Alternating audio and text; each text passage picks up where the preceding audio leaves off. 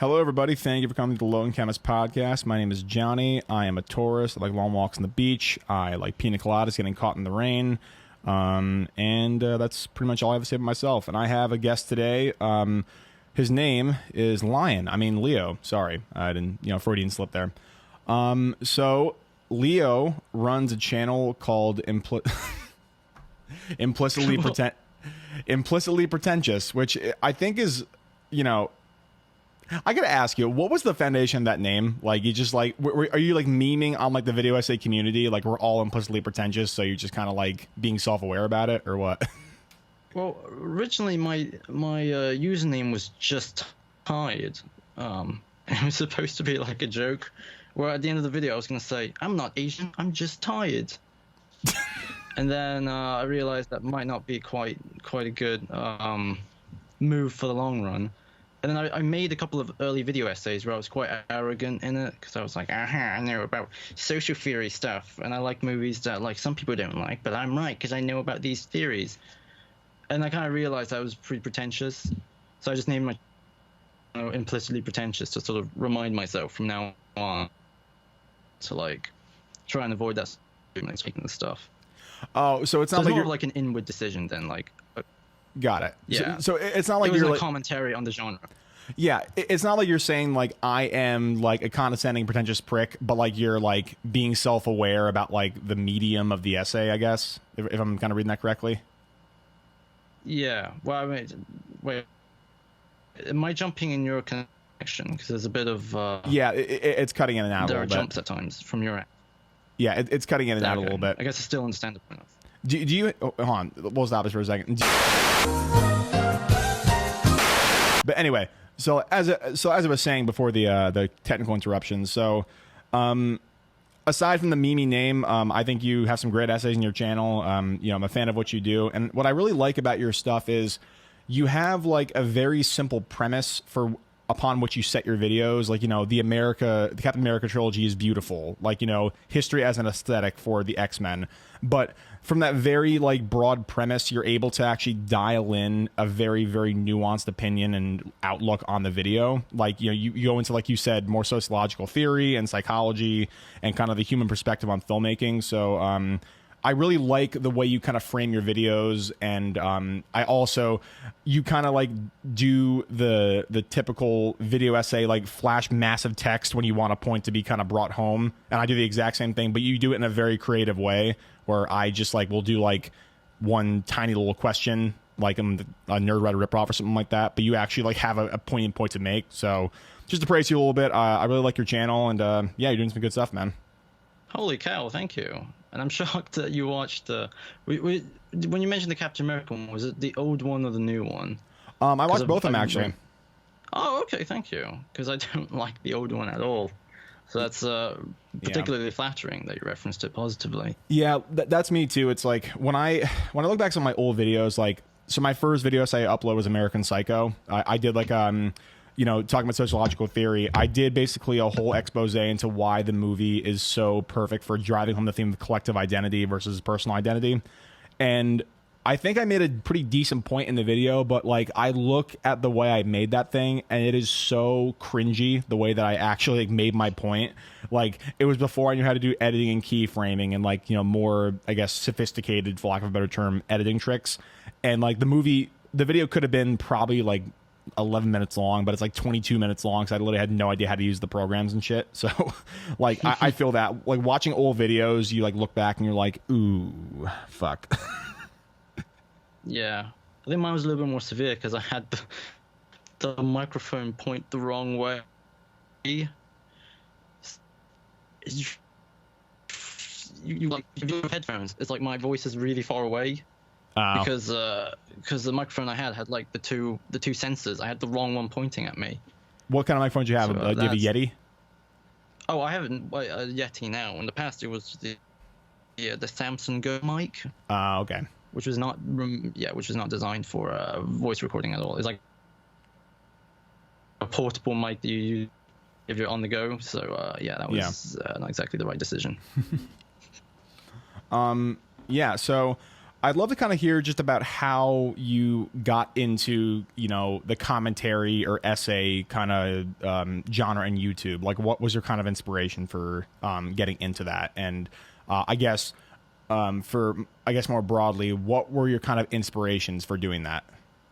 Oh, thank you. I didn't know the podcast was going to be about me. But well, yeah, like, I have a new guest. I want to like know who you are, and you're not a murderer or something like that. I want to like probe your brain a little bit, and then like we can start memeing on like movies we like or don't like or whatever. All right. Oh, thank you. Though it was very flattering though that it's about me now.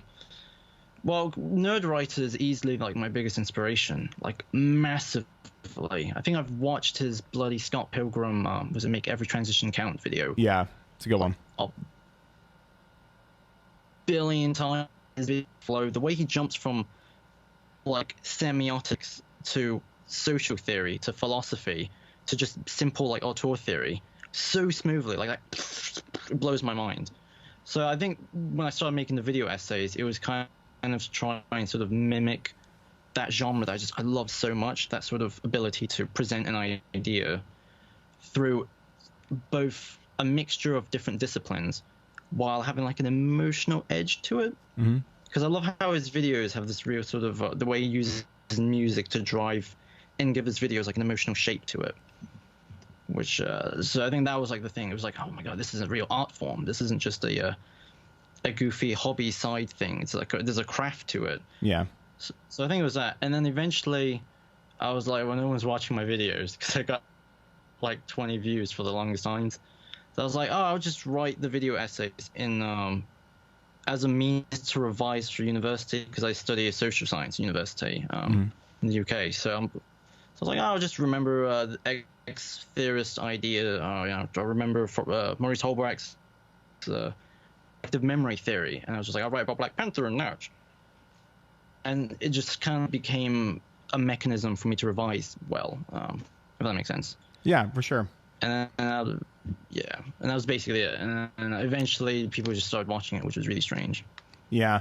Like, I think we talked before the podcast, like I had a kind of a similar thing where, I mean, number one, like using your educational background. So I'm a graduate student in organic chemistry. I basically study, without boring you too much, I do the synthesis of organic molecules and like how certain molecules that are emitted through natural sources are influenced by anthropogenic pollution. So basically climate change, the molecular level is what I study. And so I brought like my educational background to the format of the video essay because obviously I don't study film in what I do, but like I've always been obsessed with film, and I take more of an analytical like point of view. Like as you see in my videos, you probably watched a couple. I do like chapters or like different premises that I segue through, and I start out with a very broad premise, but I kind of dial in on what exactly I want to talk about. And so I like the fact that you said like, you used the video essays that you were making as kind of like a sister piece to exactly what you're doing in the university, because it helps you become a better writer and a better orator of your viewpoint. But also, I mean, making video essays is a great creative outlet as well. So I feel you on that one, where the educational background really kind of shapes what you do on the video essay for sure. Hello? Yeah, and I love how you study a real science. I love how you study proper science as opposed to me, because I do like media theory and like film studies type stuff. Okay. So it's kind of it's the way I write mine is a little bit kind of like an old English literature essay. Mm-hmm. Whereas like it's all about noticing specific interpretivist patterns in the story and sort of having a thesis that's shaped by noticing that sort of angle, a thread, if that makes sense. Yeah, for sure. And I feel the same way. But also, don't cut yourself short. I mean, like, I study a hard science, but I'm using my hard science to complement a softer medium. You're using a soft science, and you're allowed to elaborate your soft science skills into a more broad medium like video essays. So, don't cut yourself short, man. Don't be too self-deprecating. You definitely know what you're talking about, like, to an extent, for sure. Like, what are you talking about? Oh, thank you. Yeah, like soft science is still sciences, even if like one is more interpretive than the other. Yeah. All right. Thank you, though. Yeah. So, I'm trying to figure the best way to put this. I'm not that professional. This is the hobby for me at this point. But so what was like your inspiration for getting into, I guess just film in general? Like, have you always had kind of a draw to the medium of film, or something that you developed at university, or what? Oh, well, it's just on a general broad level in terms of why Yeah. I like film. Oh, okay. Well, because when I was a kid, like my parents would work 6 days a week in a takeaway. So I would like basically spend almost most of the days just watching movies after school at the back of the shop. So that's kind of where I really, really sort of got into it, because I was kind of like the lonely, weird kid who's kind of like at home, like, oh, I'm just gonna watch old cartoons and old movies. And that was kind of where I got into it. Sort of, so as a kid, I became quite sort of sin literate, just on a purely implicit level. And as I grew up, I did film studies in college, which I believe for you Americans would be high school. Yeah. When you're about like 16. Yep. So I was like, oh, I love this. It's just talking about movies. And then that's kind of, I think that was when I kind of was able to develop a sense of vocabulary that allowed me to talk about films in a way that I was like, oh, I like this. Those are the two sort of key events in my life that kind of like made me be like, yeah, I want to talk about film. And I like the fact that film is it's an art form. It's such a broad, fluid kind of, how can I put this, culture to it, where you could like, because when I did film studies, one of the films that we had to learn about was Truman Show, which is like a goofy Jim Carrey movie, and we learned about like surveillance and like the idea of like the American frontier. Kind of, we had like a bit of a historical angle to it. Yeah. And I was like, you could just look at a goofy piece of media and like really sort of look at it with a sense of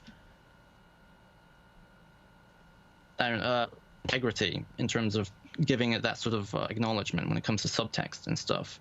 So I think that those are the two things. I mean, in reference. Yeah, I agree. And also, I like the fact that you brought the Truman Show. The Truman Show, I feel like on its face is like this weird, quirky movie. But I mean, when you dial it back, I think it's such a beautiful commentary on like how we consume media and how media can actually shape our lives. I mean, it's a heavy-handed example, but like if you look at the way Truman's life is, it's almost like the allegory of the cave from Plato, where it's like his entire life was a lie, and like he has to go beyond the precipice of what he's actually experienced to learn the truth, and the truth is so subjective to be interpreted because he's been shown this entire like fishbowl-esque portion of his life. And then once he realizes that it's all bullshit, from the beautiful metaphor of the light falling down, I forget what constellation is on the actual on the light, but I mean it just kind of shows that like the world that you're actually surrounded with all the time really shapes how you actually view things. Yeah. Hello? Totally. I think the one also called Wonderful Life. Oh yeah. Hello, can you hear me? Yeah. Sorry, you cut out there for a second. We compared it with. Oh no! I hope this doesn't happen as often. But it was we compared Truman Show with the ones of Wonderful Life, and it was like one movie was about the, and the other one was about the importance of moving into new frontiers. And it was kind of amazing how, like, and this is mainly in English perspective on American identity, but it was kind of interesting how we looked at it as being two very, very contrasting views of American identity. The idea, one is about settling down and one is about exploring. And it was kind of cool looking at these sort of cultural texts as being subject to historical factors that you don't really notice. Hello? Can you? Yeah. Hello. Yeah. Sorry, you cut out there at the end of it, but oh no! No, it's all good. We're going through it, man. We're gonna, if it doesn't work, we'll go for a fucking lost episode here.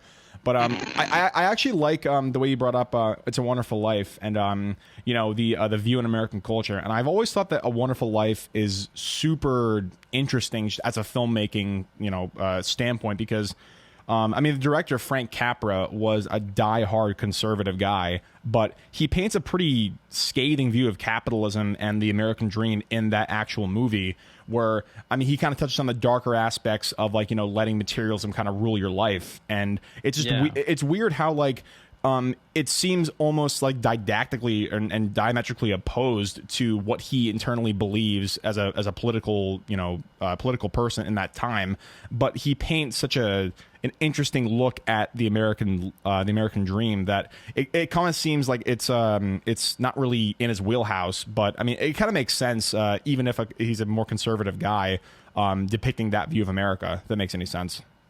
Yeah, well, I think that's also what makes I think that's a testament of a good piece of art. Yeah. Is when you can really tell it takes a life of its own beyond the political identity of the artist who makes it, where it sort of enters a very specific pathway where it's like it enters a non-judgmental mode of discussion, if that makes sense.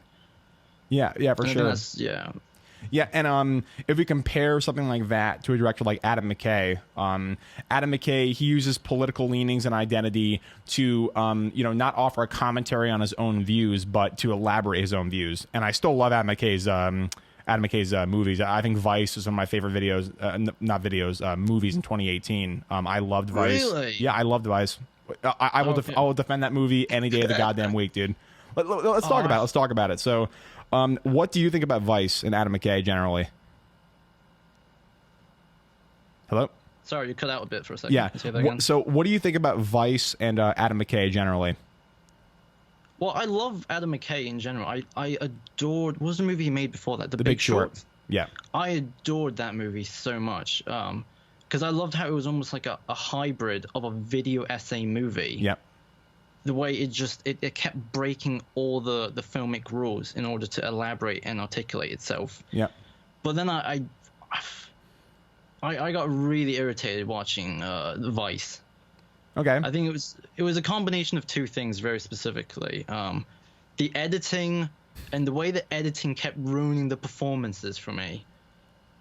If that makes sense.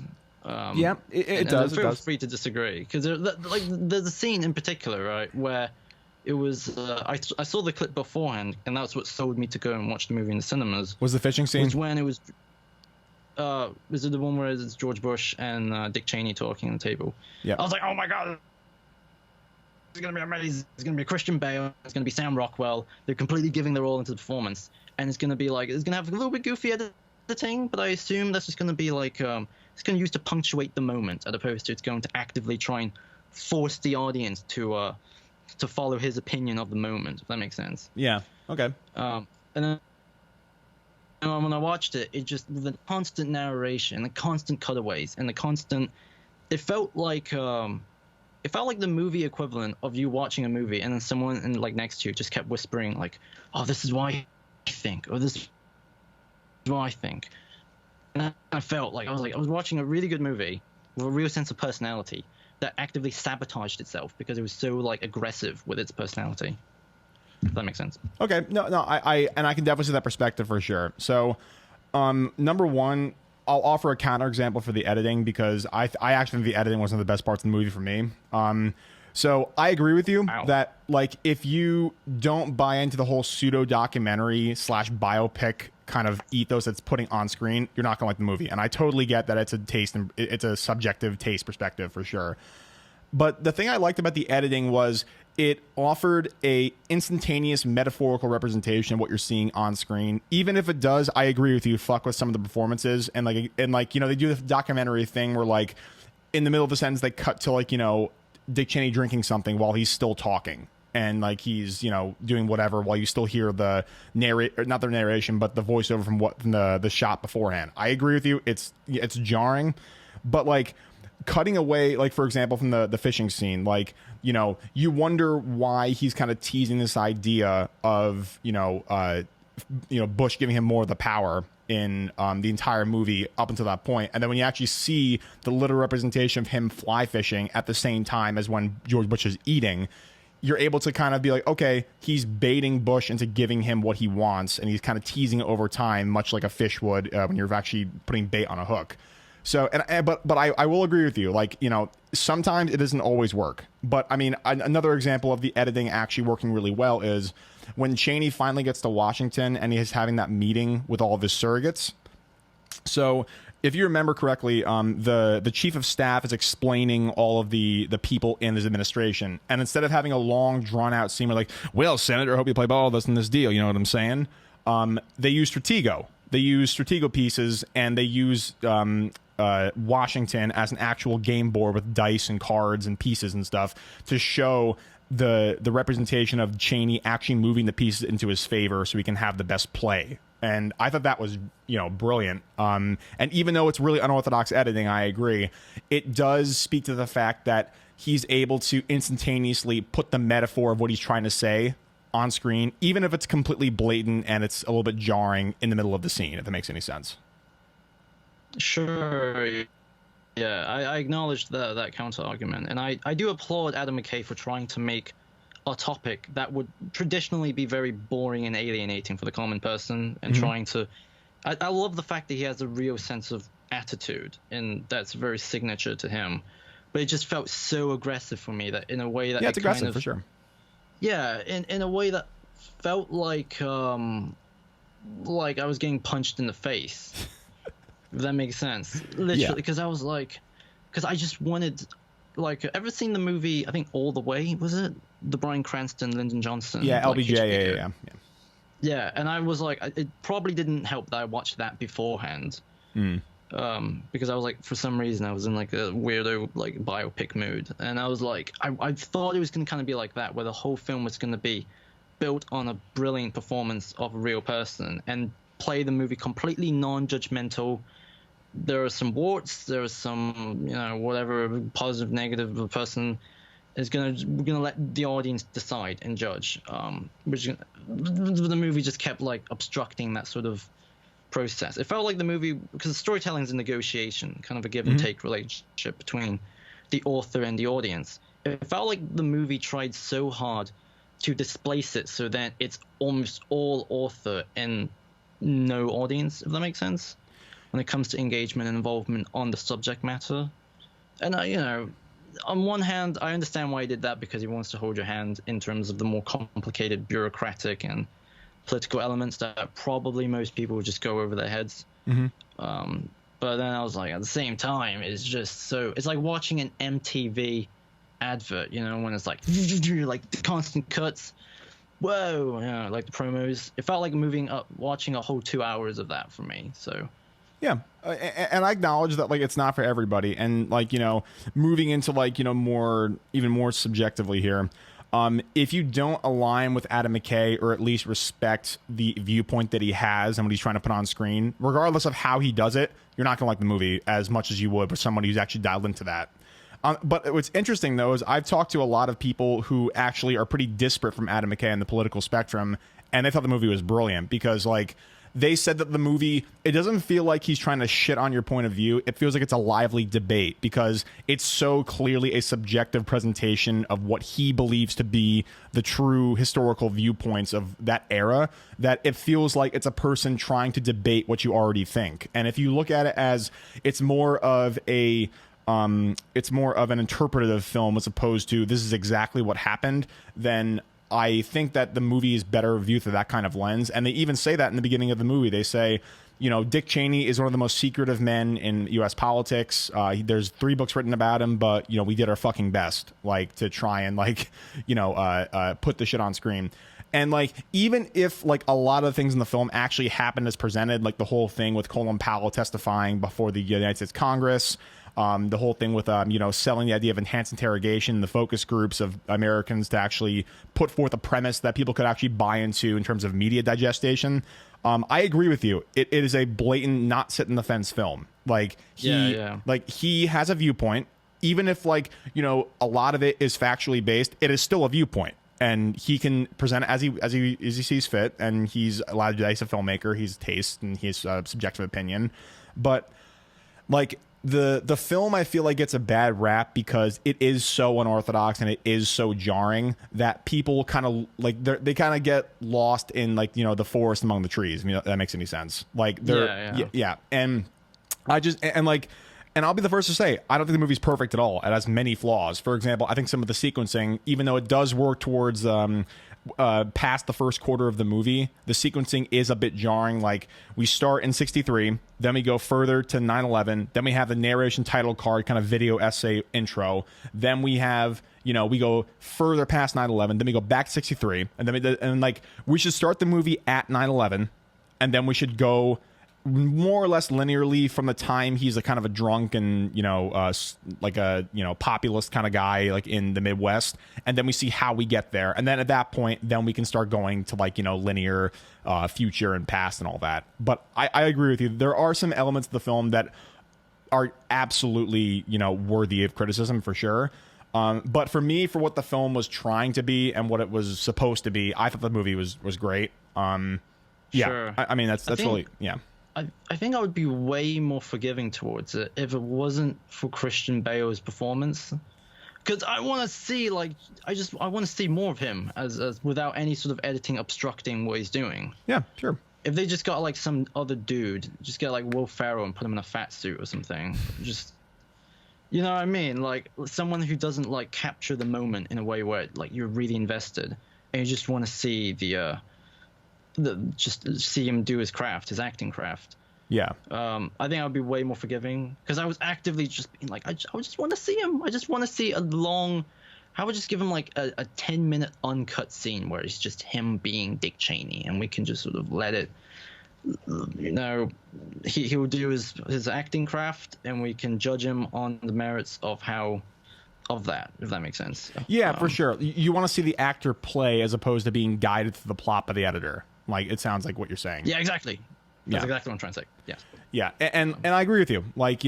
Again, this is absolutely Adam McKay's style laid bare. If you don't like his style, you won't like the movie. Yeah. If you like the style, you like the movie. That's just the way it is. But I don't know. I just thought it was a brilliant take on that kind of film because, I mean, not many people are making films the way Adam McKay makes them, and I'm just really. If you saw my video essay, quick plug, I came across this interview with Quentin Tarantino on the Yellow King Filmboy channel, and he said, people always ask me who the most exciting directors are, and I started thinking about, what does that mean to be exciting? And Tarantino says, it's a director that you see their work, and they've made great stuff, but you feel like they still have more to give, and they have their best work in front of them. And I truly think that regardless of what you think about Vice or his style, I think that Adam McKay really has a lot to say regarding film. And I think he's just a really, really exciting director to watch. And I just can't wait to see what he does. Oh, I absolutely agree. And I felt like Vice, as much as I didn't really enjoy it, it felt like an experiment, an editing experiment. Exactly. In terms of playing with tone.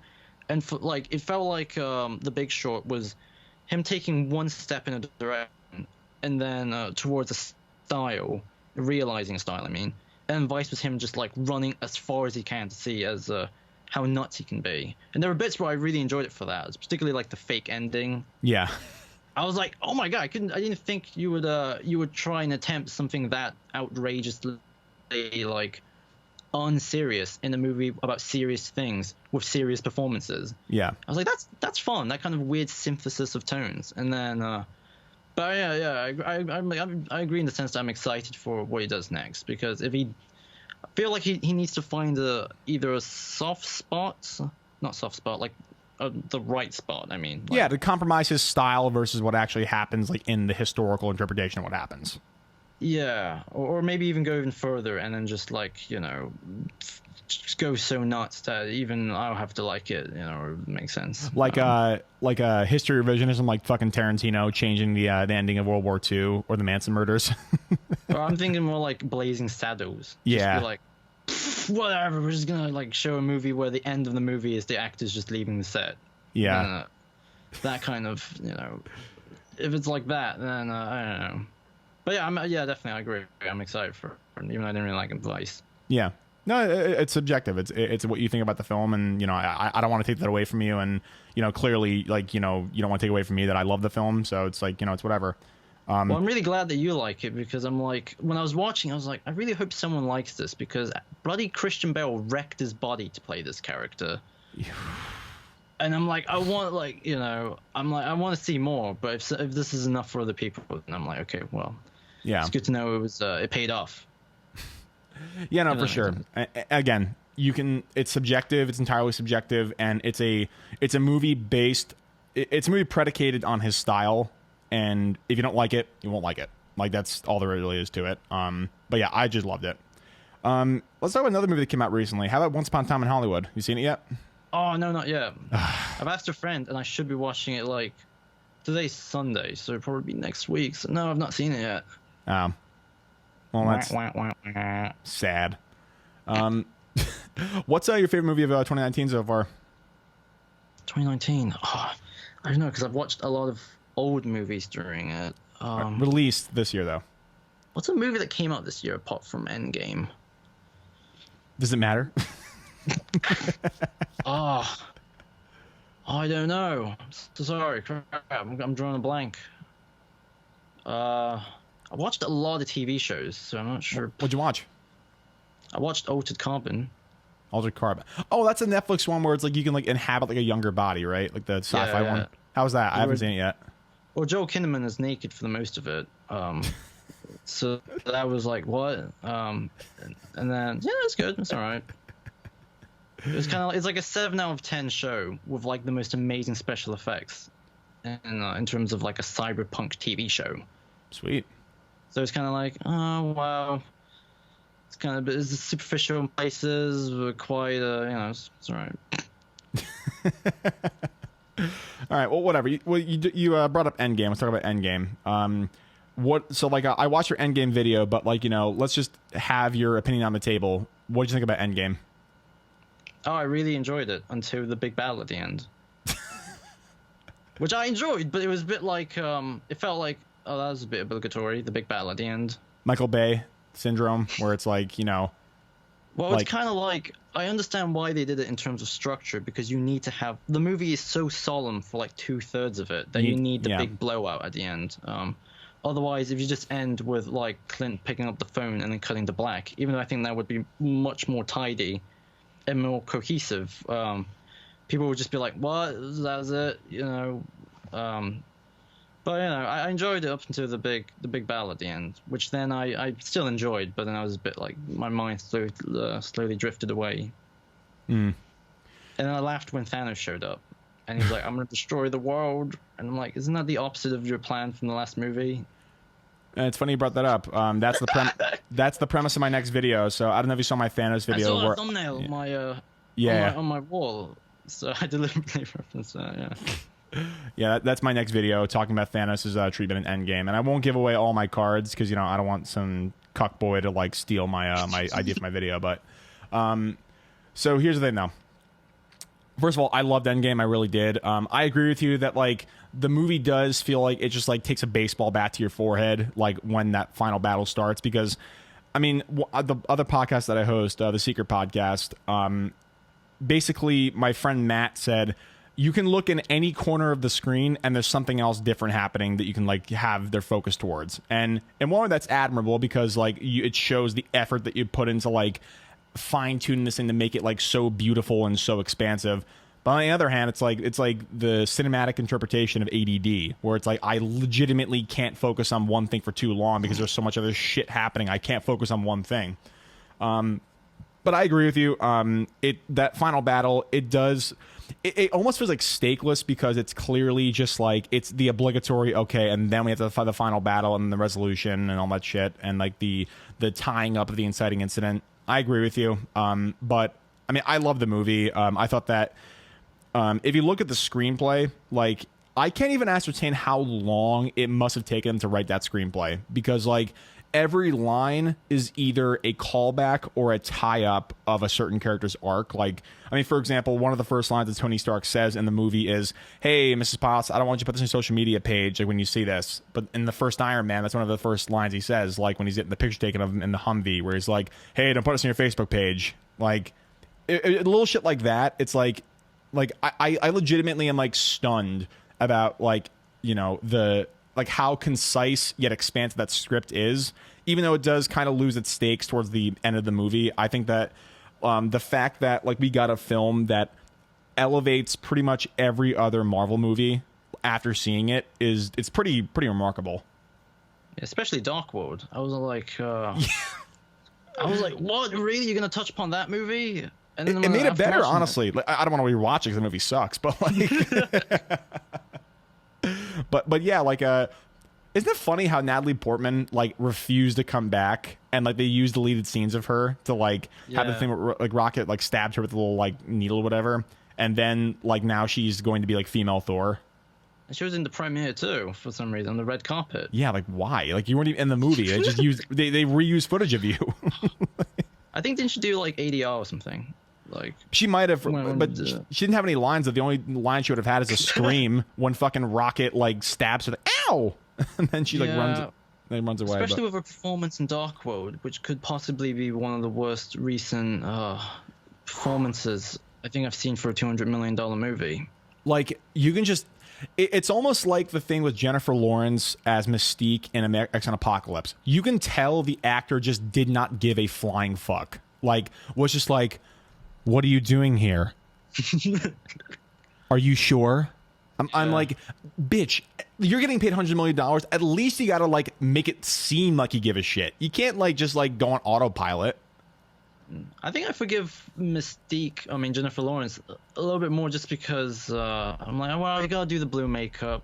Granted, by like bloody X-Men Dark Phoenix, it was just like the face.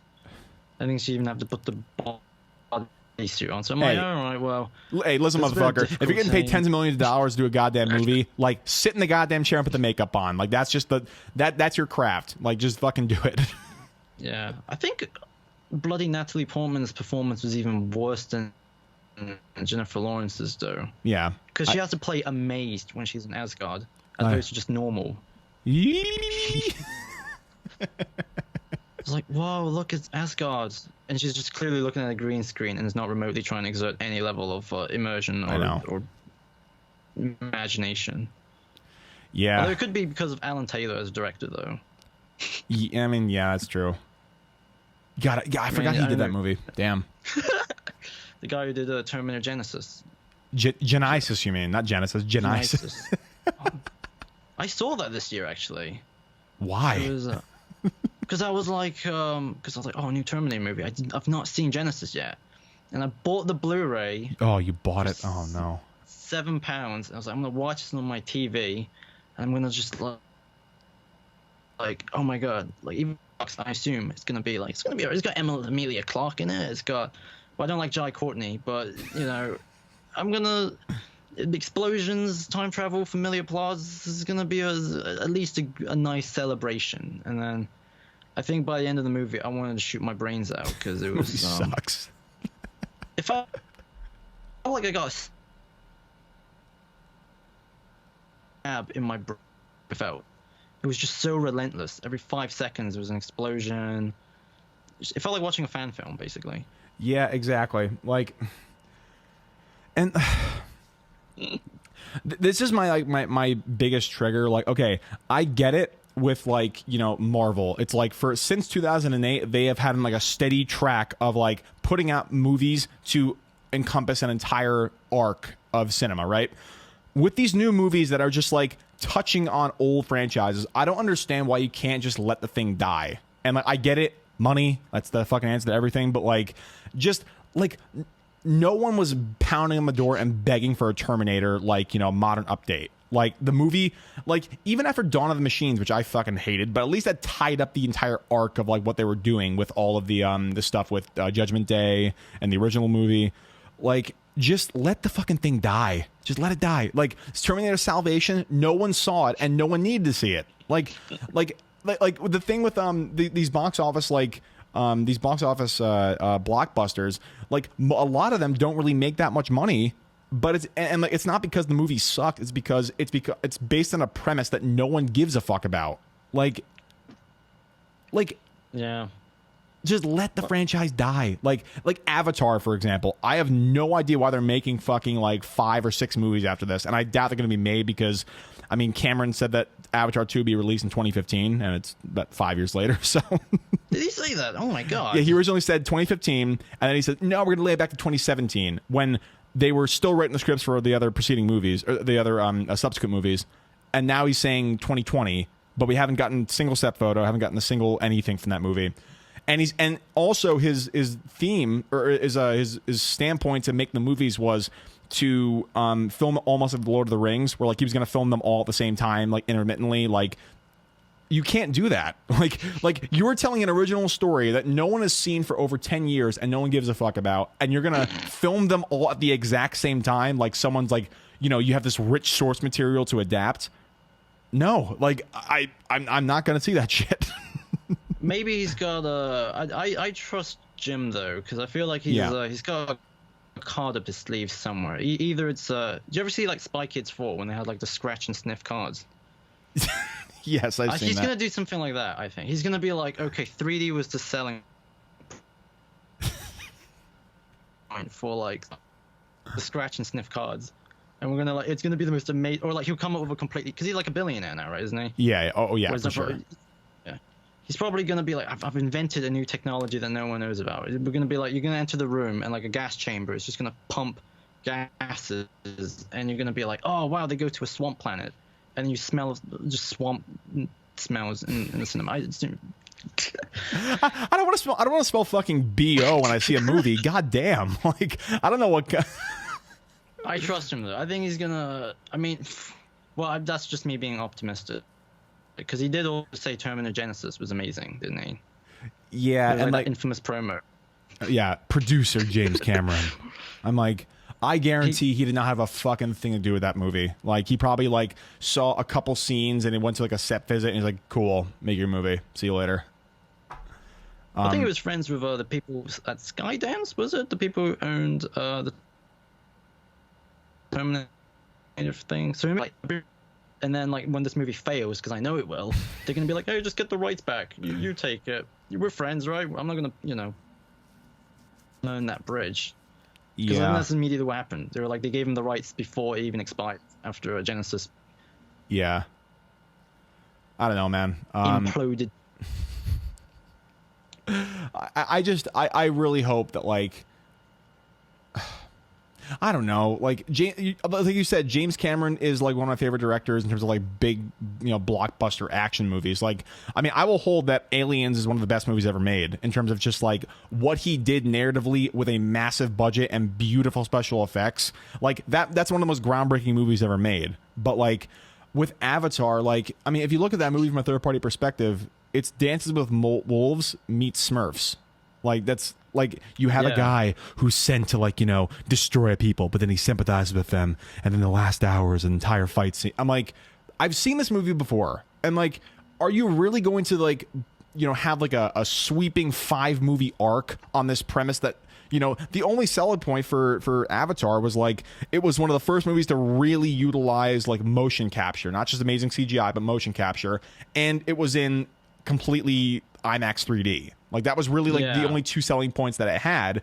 And so obviously the reason why I made so much money is because it was the first movie of its kind. So everyone's like, you see it in 2D and you're like, oh man, I got to see this in 3D. And you're like, oh man, I got to see it in IMAX 3D.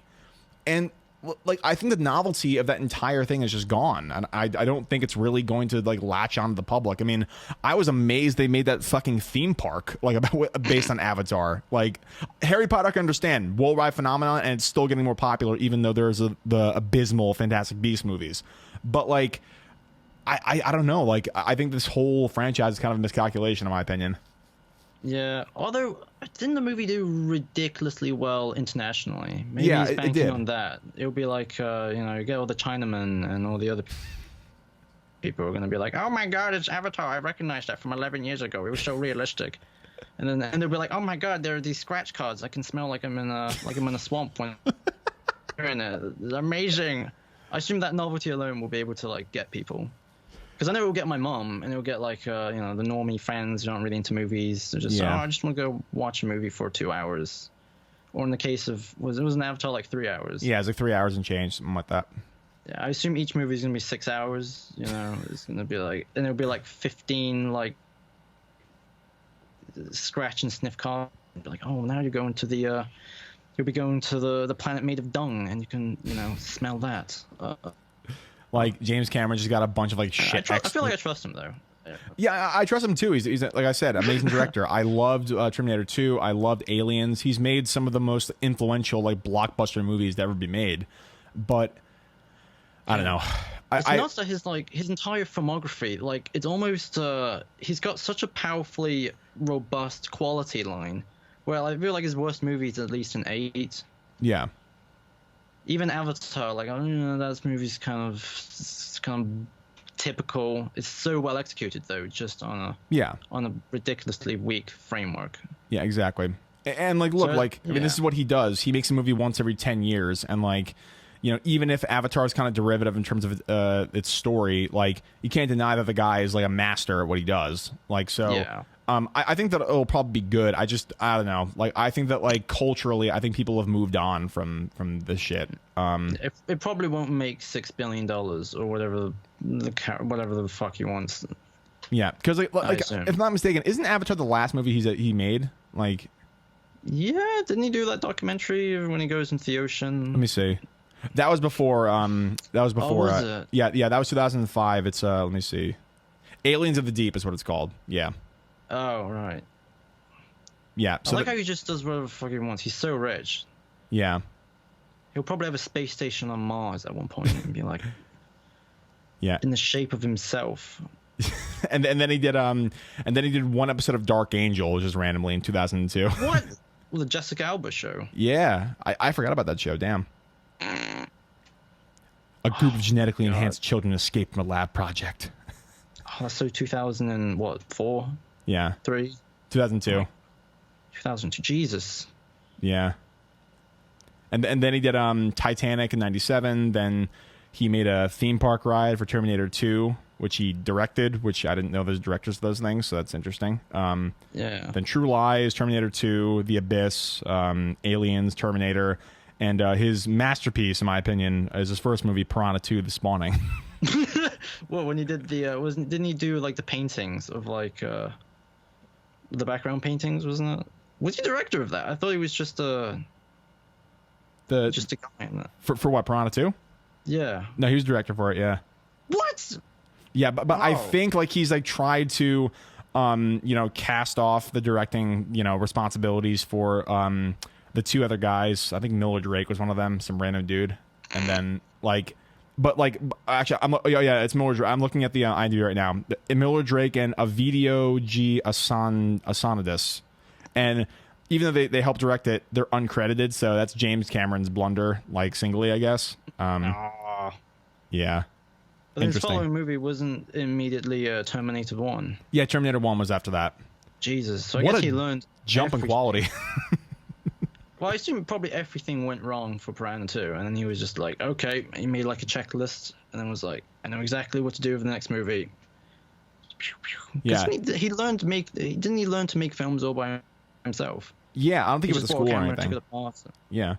Yeah, because I remember he said he was a truck driver before he became a filmmaker. Wow. So, Jesus. Yeah, I mean, like talk about the jump in quality. It's almost like a much more severe version of Quentin Tarantino. Quentin Tarantino said he made Reservoir Dogs, and through that, he learned how to make a movie. But I mean, like, Reservoir Dogs is a great movie. Yeah. I think it's just natural creative instincts and talented people, isn't it? Yeah. Some people don't have it, some people just don't.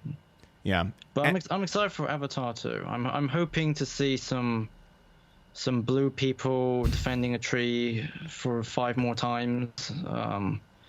Maybe they'll escalate it. Maybe they're going to blow up the planet. Maybe there'll be green people to fight. The blue people have to fight the humans and also some green tentacle people or some shit. Who knows? Oh, yeah. Well, we've been in the air. Now we can be in the ocean. Yo. We can world build it and make toys. That's the most important thing, isn't it? To sell toys.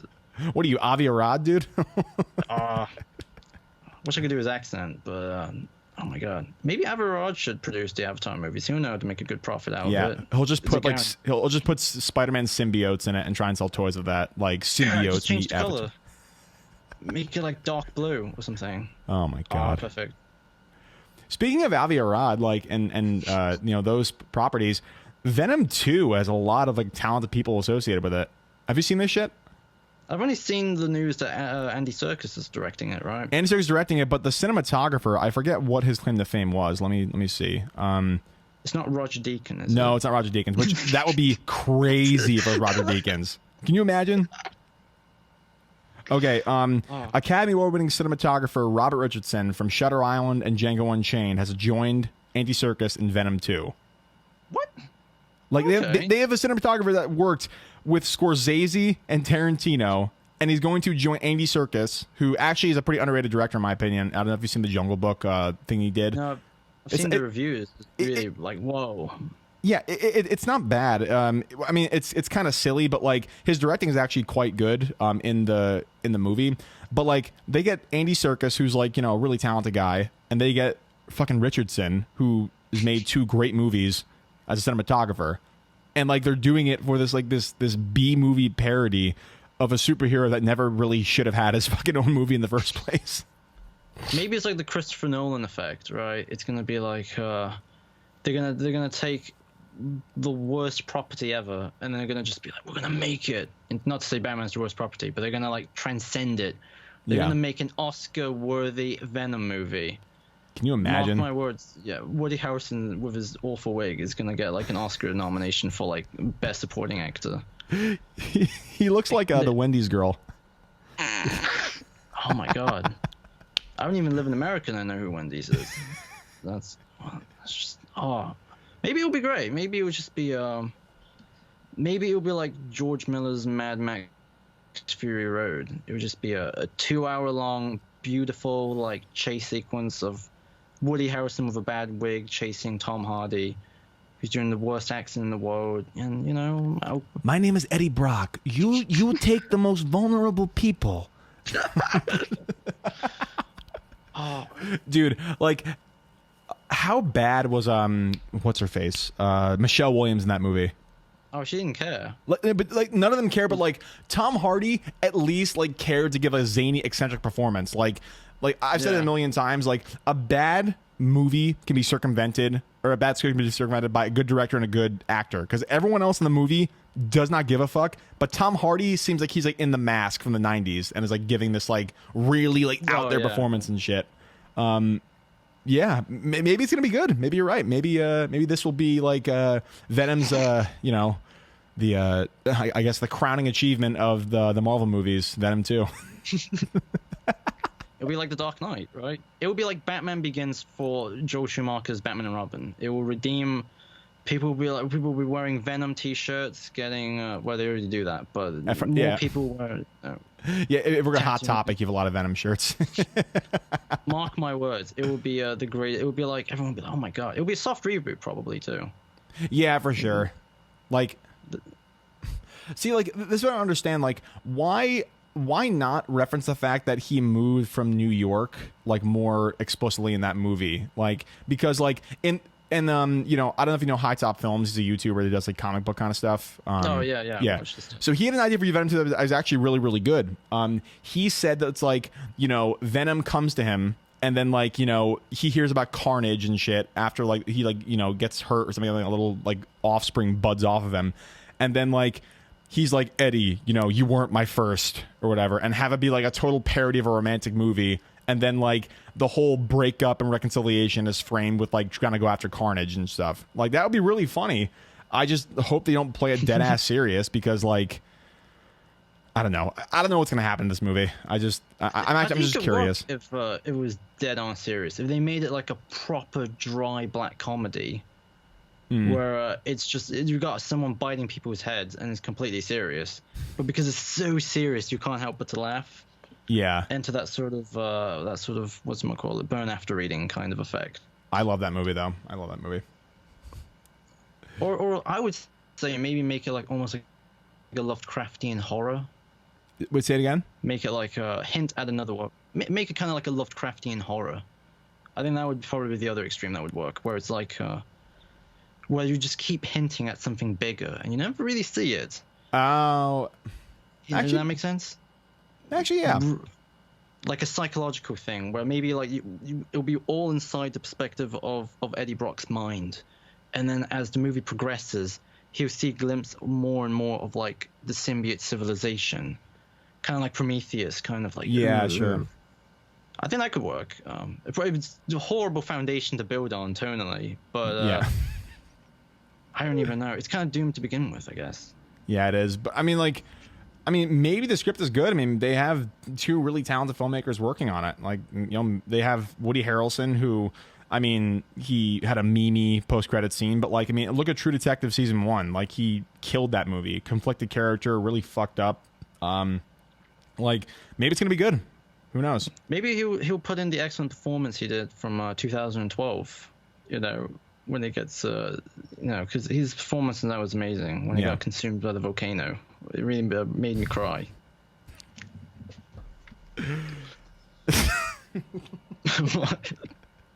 Yeah, I don't know. Let's just hope that this movie turns out okay, because like, I mean, actually, on one hand, I hope it's good. On the other hand, I hope it's a train wreck so I can go see it drunk once again, because I saw the first one absolutely shit faced. So, oh man, I watched the first one completely serious. I was like, oh my, I don't know. I was like, I like Tom Hardy. Like, he's got a pretty good track record. And I was like, oh no, when I was watching it. Although I think I actually enjoyed Venom up until the third act again. Yeah, it was silly and it was self-aware, which is why I liked it. But like, I mean, the third act, like the CGI goo fight, it's like it's like flubber with teeth. It's like fucking hell. I loved how it was just the first two thirds was literally just a miserable drama about this dude's life falling apart. Yeah.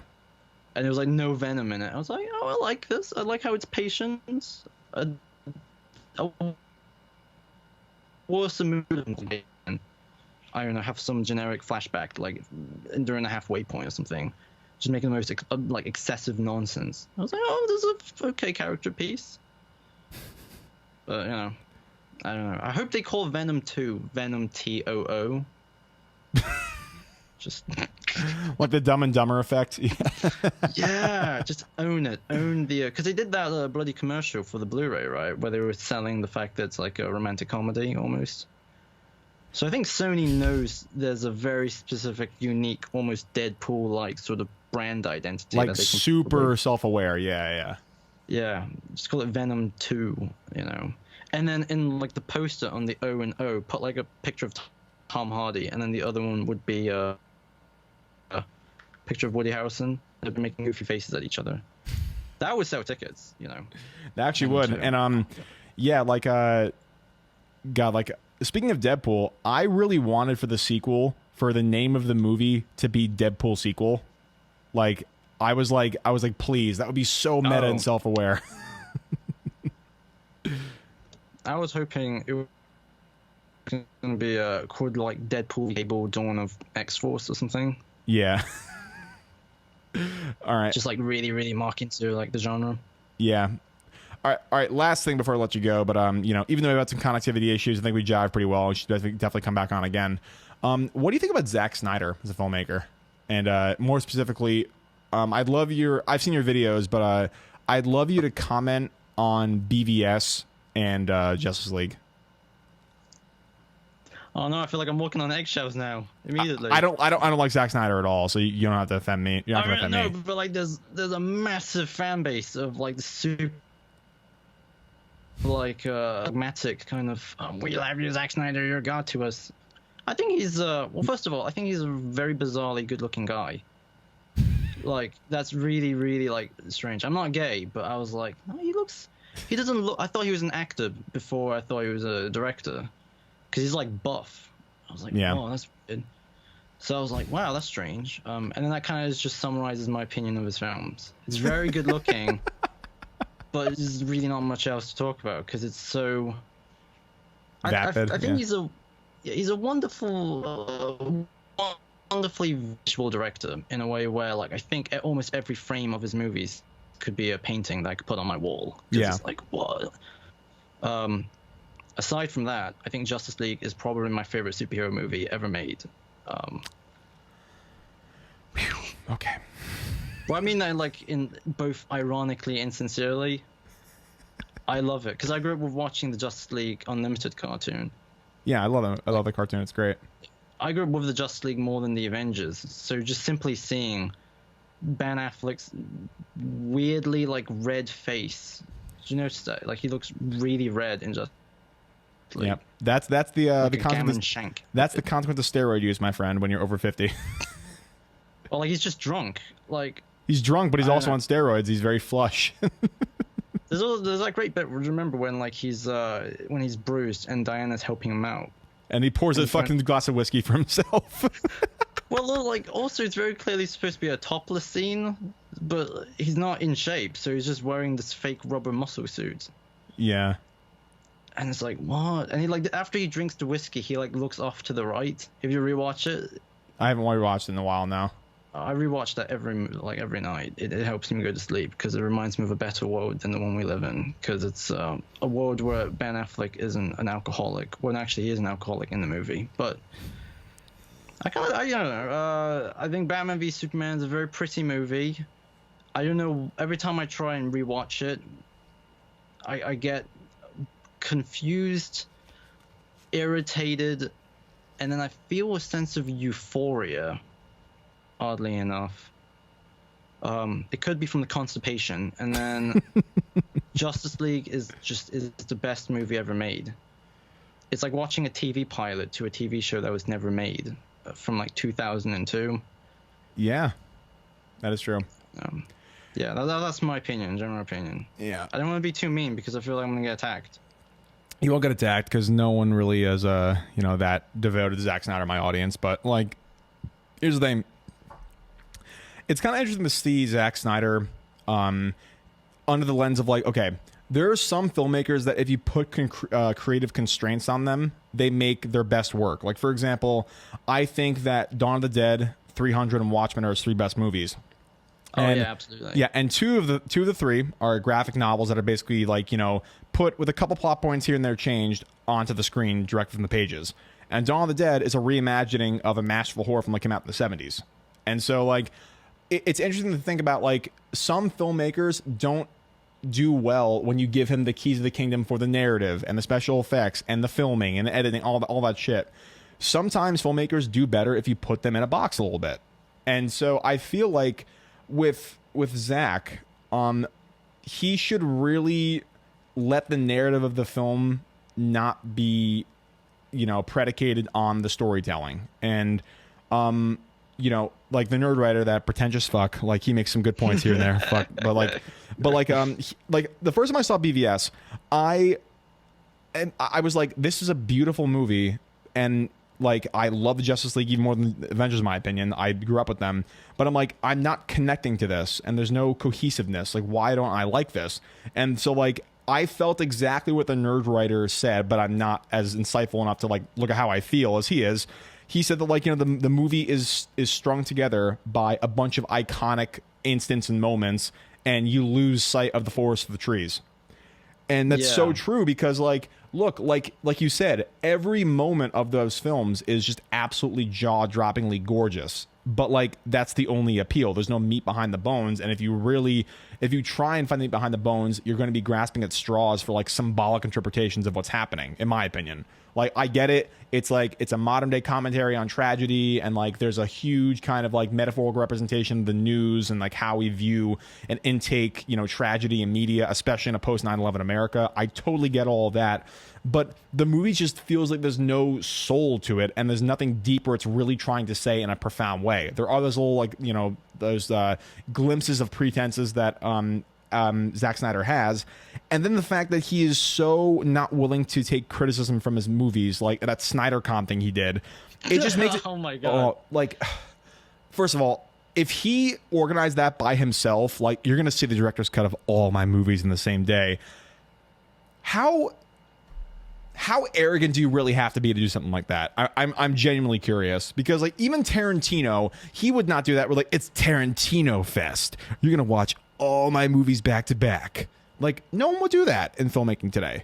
And yeah, I just feel like it's memey. memey. Free pass for the con though, because it wasn't that was a year. He could still be recovering after his daughter commits suicide. True. So I'm not talking about the personal tragedy. That's obviously a horrifying thing. Yeah. I'm actually speaking more like on the side of like before BVS, like because okay, yeah. because like think about it, like he does beautifully encompassing, comprehensive visual effects, and he does beautiful staging of characters and different set pieces and stuff. But I just don't think that lends well to a cinematic universe where you're trying to tell an overall story. If it's completely self-contained, like, you know, Dawn of the Dead, Watchmen 300, then I think he does great. But to have the foresight to set things up in a way where like the arc is you know, justified over a bunch of movies, I don't think he does very well, in my opinion. Yeah, well, I think I feel like he's got an ego to him that he can't really negotiate with, in a way, if that makes sense. Yeah.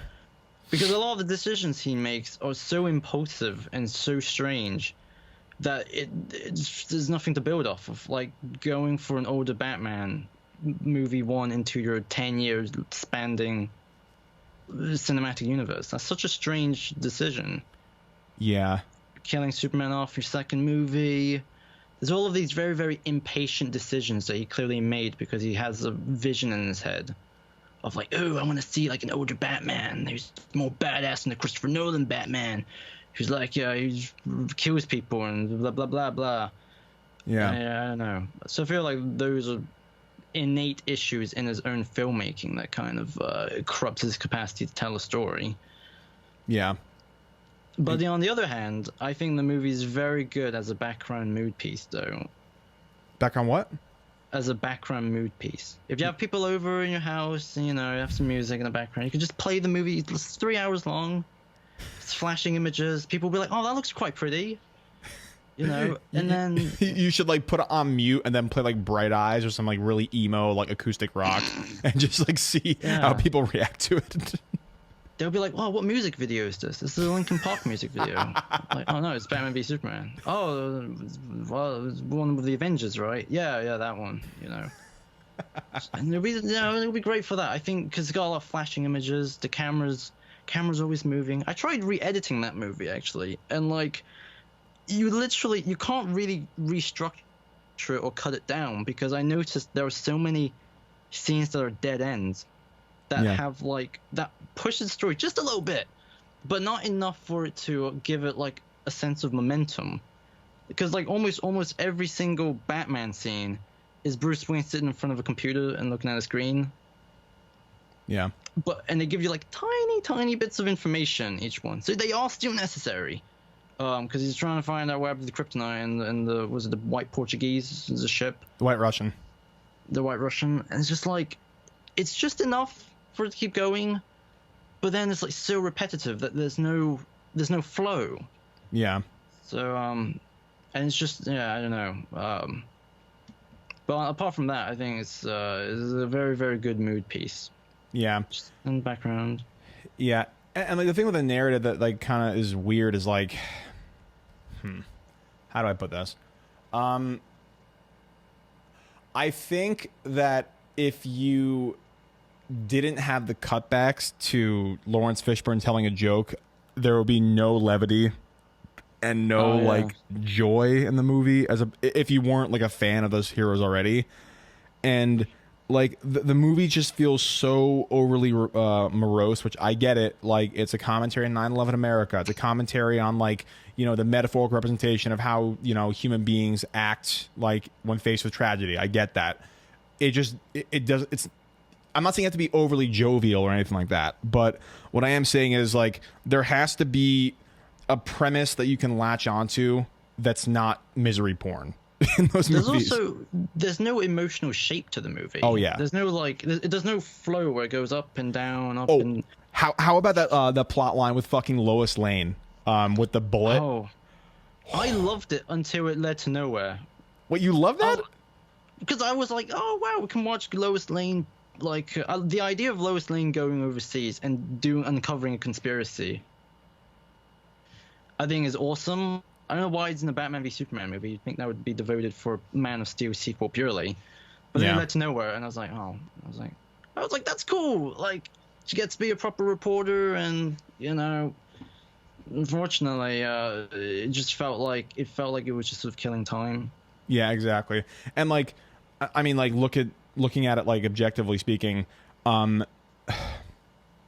Superman has never used a bullet, and even though like all that shit happens where like the city is destroyed, even people in the world should probably be feeling with the fact that, oh yeah, he's a god, he doesn't really have to use a bullet. So it's like, if they really were trying to frame him for something, then why would the bullet be the centerpiece of what they're trying to frame him with? Like I tried. You gotta understand He here. also killed terrorists too. So why would the people be against him? Exactly. and with the sentiment that Zack Snyder gives in that movie, in that fucking movie, then like, why would they be upset if an Al Qaeda cell in fucking like, you know, like South Sudan gets iced? Like, I don't understand why like people would be upset about that. And like, if they centered it on like, okay, let's say let's say almost like Watchmen. Let's say like Zack Snyder put it such that like there was a bombing and fucking Lex Luthor, you know, put the remnants of a mineral that's similar to kryptonite like in the rubble of whatever has exploded, and then they'd be like, holy shit, this fucking alien who is like, you know, afraid of this stuff has an explosion and it has the very signature of the thing that he is a whatever, like a subject of or whatever. Like, I'm a chemist, I'm trying to think of it from that point of view. Like, that would actually be a good plot point to say, oh shit, maybe he's the one who's doing all these terrible, terrible attacks. Maybe he's the one who did it. So like, you know, give us a good premise to have like a conspiracy theory with, because like the other ones doesn't make any sense. And like you said, even if like espionage with Lois Lane is interesting, it just ultimately ends up being a time filler, and the movie's already 3 hours long. So why would you waste time on something that doesn't make any sense?